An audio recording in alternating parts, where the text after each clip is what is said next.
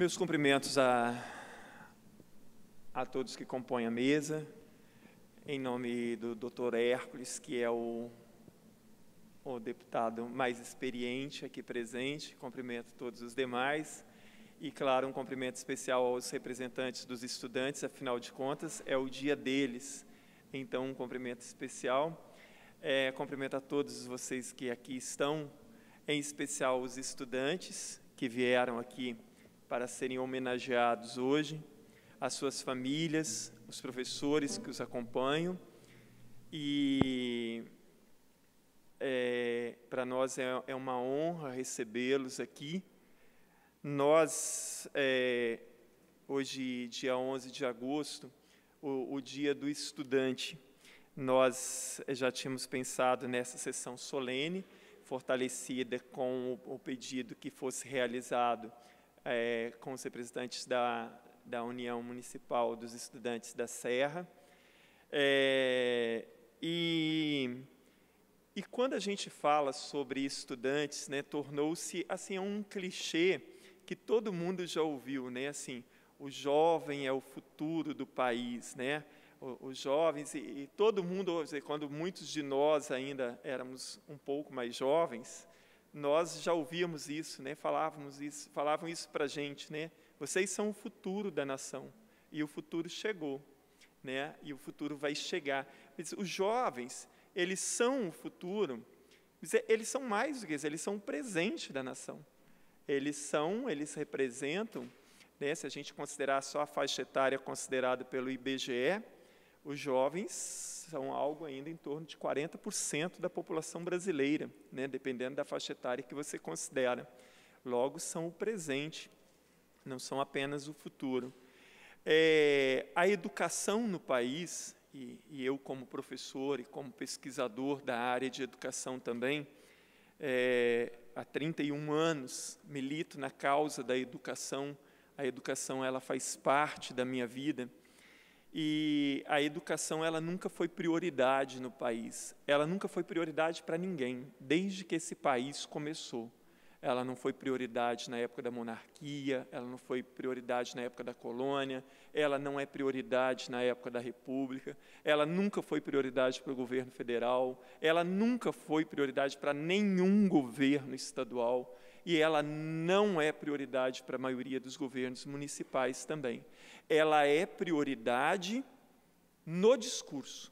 Agora que as eleições se aproximam, nós veremos novamente uma infinidade de candidatos dizendo que a educação será prioridade, tanto candidatos a prefeito, vereadores, etc. Passadas as eleições, isto é imediatamente esquecido. Vem uma crise, é o primeiro setor que se corta. Hoje, por exemplo, os jornais falavam que, apesar de gastarmos os tubos, né, que gastamos com Copa do Mundo e com esta Olimpíada, que ora se realiza no Brasil, o governo cortou verbas da Olimpíada de Matemática, da Olimpíada de Física, da Olimpíada de Astronomia. Então, que país é esse que pensa o seu futuro desta forma, cortando verbas? Aqui no estado, eu já visitei 173 escolas estaduais desde que eu tomei posse. Nós vivemos uma política educacional muito ruim. Cerca de 500 turmas foram fechadas no ano passado. Esse ano, dezenas de turnos noturnos, principalmente, foram fechados, e nós tivemos 13 escolas fechadas, negando a centenas ou, quiçá, milhares de estudantes o direito de estudar. Porque quando se fecha turmas e turnos, você expulsa, sim, alunos da escola. E isto é lamentável.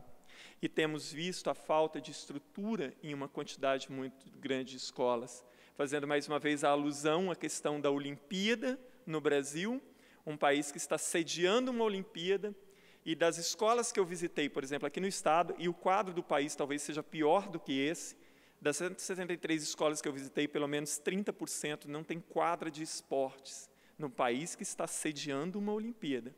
Como você descobre talentos esportivos se as escolas sequer têm uma quadra de esporte? Então, você pensar numa pista de atletismo, numa piscina ou coisa que o valha, nem pensar. E as escolas que têm quadra de esporte, boa parte nem mereceria ser chamada de quadra de esporte, porque é um cimento coberto, e ali é chamado de quadra de esportes. Falar, então, em outras estruturas para as escolas, como um bom laboratório de ciências, um bom laboratório de artes e coisas que o valha, aí quase que está pedindo demais. São raras as que têm, muito poucas mesmo. E ainda assim, milhares de estudantes têm que ir para esta escola, porque é esta escola que lhe é oferecida. E ele tem que se apegar, né, a uma força muito grande para se manter nesta escola, que muitas vezes não é atrativa. Nós temos visitado escolas que, às vezes, não tem carteira, não tem uma mobília decente. As salas são mal arejadas, o quadro da maioria das escolas é muito ruim. Mesmo assim, muitos estudantes, a maioria dos estudantes, eles resistem e vão para essa escola e se agarram a essas oportunidades, né, para estar ali em busca dos seus sonhos. Eu fui aluno de escola pública, eu estudei a minha vida inteira em escola pública. Eu sou natural de Santa Maria de Jetibá, e ali eu estudei toda a educação básica. Passei a ser aluno trabalhador desde a antiga 7ª série, que é o 8º ano hoje. Passei a estudar à noite e trabalhar o dia inteiro. Estes alunos, então, que não é uma opção, isso é falta de opção, que são obrigados a trabalhar durante o dia para estudar à noite, esses merecem ainda uma atenção mais especial, porque só quem já fez isso, só quem já estudou e trabalhou ao mesmo tempo, sabe o sacrifício que é você se manter firme ali e continuar na escola, porque é extremamente cansativo. Então, evidenciar essas coisas no dia do estudante, estimular os estudantes nesse dia e em todos que a gente puder, é fundamental, porque não é fácil. Às vezes, as pessoas dizem assim, mas você só estuda. Estudar de verdade é uma tarefa árdua, é cansativa, né? Às vezes, eu fico olhando como professor e como educador, as pessoas dizer assim, porque a escola tem que ser um espaço mais divertido, a escola tem que ser boa. Se ela vai ser divertida ou não, isso é outro caso. A escola não é shopping center, não é cinema, não é praça, é escola. É um lugar, normalmente, de trabalho sério. Pode ser muito animado, pode ser agradável, claro, e deve ser, mas é um lugar sério, de trabalho sério. E nunca na história da humanidade, deputado Milton Baiano, deputado Ecos, deputado Bruno, os estudantes que compõem a mesa, nunca, em época alguma da história da humanidade, se disse que estudar é algo extremamente prazeroso, que é muito alegre, que é muito divertido estudar. Estudar de verdade, por muitas vezes, é um ato de sacrifício, é um ato de renúncia, porque estudar de verdade não é só ir à escola. Você tem que ter o tempo para estudar fora dela, no final de semana, no feriado, nas horas vagas, dormir mais tarde, acordar mais cedo. Isso é um ato de grande sacrifício. E, por vezes, ainda, o ato de estudar, ele é um ato solitário, porque você, na escola, você está ali acompanhado na sala de aulas por muitos alunos, mas na hora de estudar em casa, que ali, às vezes, é onde você tem que dar conta da maior parte daquilo que você vai ter que fazer, estudar para a prova, estudar para um vestibular, estudar para um concurso, não interessa para quê, você vai ter que fazer isso sozinho. É você com o livro. Então, estudar é algo de sacrifício também. Claro que é uma coisa prazerosa. E é claro que, muitas vezes, o próprio estudante, pela pouca idade, nós que já fomos jovens também, eu ainda sou bastante jovem, mas já fui mais jovem um pouco, às vezes a gente não entende essa questão, né, de que é um ato de sacrifício e que o estudo de verdade, você o faz por você mesmo. Né?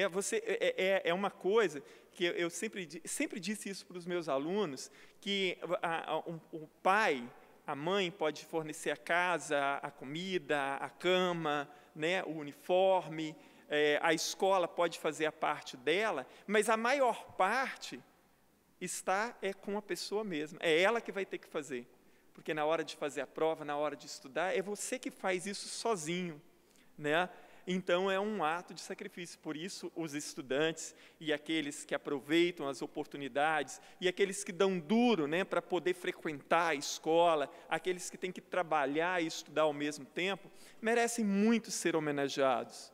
Hoje nós temos aqui estudantes de várias escolas, de vários municípios diferentes. A maioria dos homenageados aqui são da educação básica, mas nós temos aqui vários estudantes que serão homenageados também do curso superior, né? Temos estudantes da EMESCAN, da UFES, do IFES, da Multivix, temos estudantes aqui de várias escolas da educação básica de municípios do interior, da Grande Vitória. Então, o estudante ele precisa ser incentivado. Apesar de tudo, apesar da falha do Estado em oferecer uma escola mais digna, um ensino mais digno, uma estrutura mais digna, condições de acesso e permanência para parte dos alunos, que eu falava aqui nessa tribuna na segunda-feira, que nós podemos homenagear hoje vários estudantes, mas, ao mesmo tempo, olha que quadro triste. Milhares de jovens, nesse exato momento, estão fora da escola, não concluíram a educação básica e não podem ser homenageados porque não são estudantes. Estão alijados, completamente alijados do processo. Por isso eu tenho dito, essa desculpa de que fechar a escola porque não tem demanda é uma desculpa para economizar dinheiro. Num estado como o Espírito Santo, por exemplo, que nós temos pelo menos 60 mil jovens entre 4 a 17 anos fora da escola, e talvez 3 vezes esse número de jovens acima de 18 anos, que não estão mais na chamada faixa etária escolar, que não concluíram a educação básica, nós tínhamos que fazer um amplo projeto, uma ampla campanha, estruturar as escolas para chamar esses jovens de volta, para encontrar formas de fazer eles retornarem à escola, porque aí as nossas escolas estariam abarrotadas de aluno. Nós não teríamos como nem pensar em fechar turnos e escolas, porque a demanda, ela existe, só que ela está fora da escola, e o poder público não cumpre o seu papel de colocar esses jovens de volta para dentro da escola.